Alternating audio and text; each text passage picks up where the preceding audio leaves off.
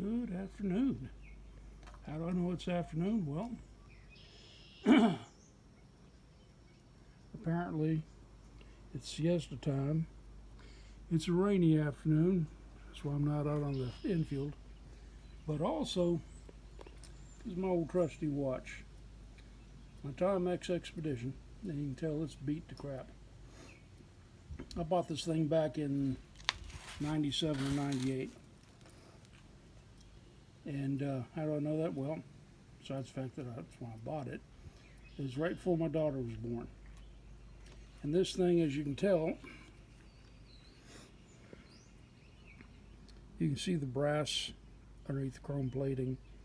You can see that crystal, that glass on it, is pretty well eaten up. And well, it should be. I mean, I wore it while I was welding and grinding and everything else.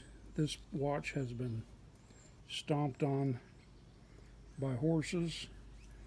In fact, when I got thrown off back in 2011, broke my back. Lost the watch because the strap had, one of the pins had broken out, came off at that moment, and I found it about 6 months later, the last time I mowed the grass in October, because I got my back broken in the spring. And I pulled it out of the dirt and the muck. Apparently I'd run over it with a lawnmower a bunch of times and never hit it, but it just sat out there in the weather. I took it out, rinsed it off, cleaned it up, got a new strap on it, and kept going. This is probably, I don't know, the 7th or 8th watch strap. It's not the original. The original one was kind of was cloth, military types that they got nowadays. But anyways, this is an Expedition. And it's got the indigo light where you press it and it lights up. So I can do it. It will do. It's just not dark enough. But this is a Timex. And this thing is proof. It'll take a lick and keep on ticking. But this watch has been through hell and back.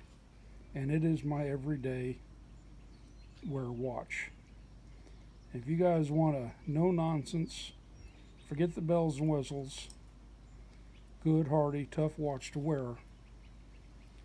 So it's relatively thin. One guy was complaining, well, it doesn't have any protectors for the knob. So the knob will easily be broken off. Well, as much hell as this has been through, it hasn't been broken off. It's worn down. It's had, I don't know, I think in the past 27, getting close to 30 years, I may have replaced the battery 4 times. That's pretty darn good. And if you watch that secondhand, that's pretty good. Guys telling, well, when it gets down to around between 4 and 6, it starts skipping, messing around. Well, it straightens back up, and I'm not doing that intricate of stuff where I need the 100th of a millisecond. Damn thing's just there to tell you what time it is. And it holds very good time. Very good time. So if y'all are thinking about a watch, I will tell you that a Timex is still a good watch. And the Expedition, they're talking about, well, it's a field watch. It's just watches. It's a watch. And this watch works. This dog will hunt. So there you go, guys. It ain't pipes, it ain't motorcycles, it ain't in the Catholic Church, but it's something I was noticing.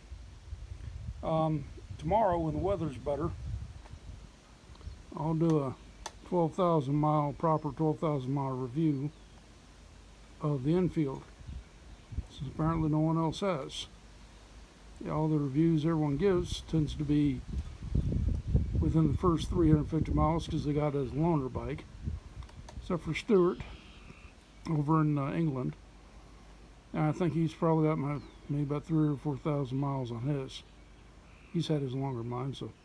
But I'll give a good proper 12,000 mile video. I'll do that tomorrow, which will be Thursday.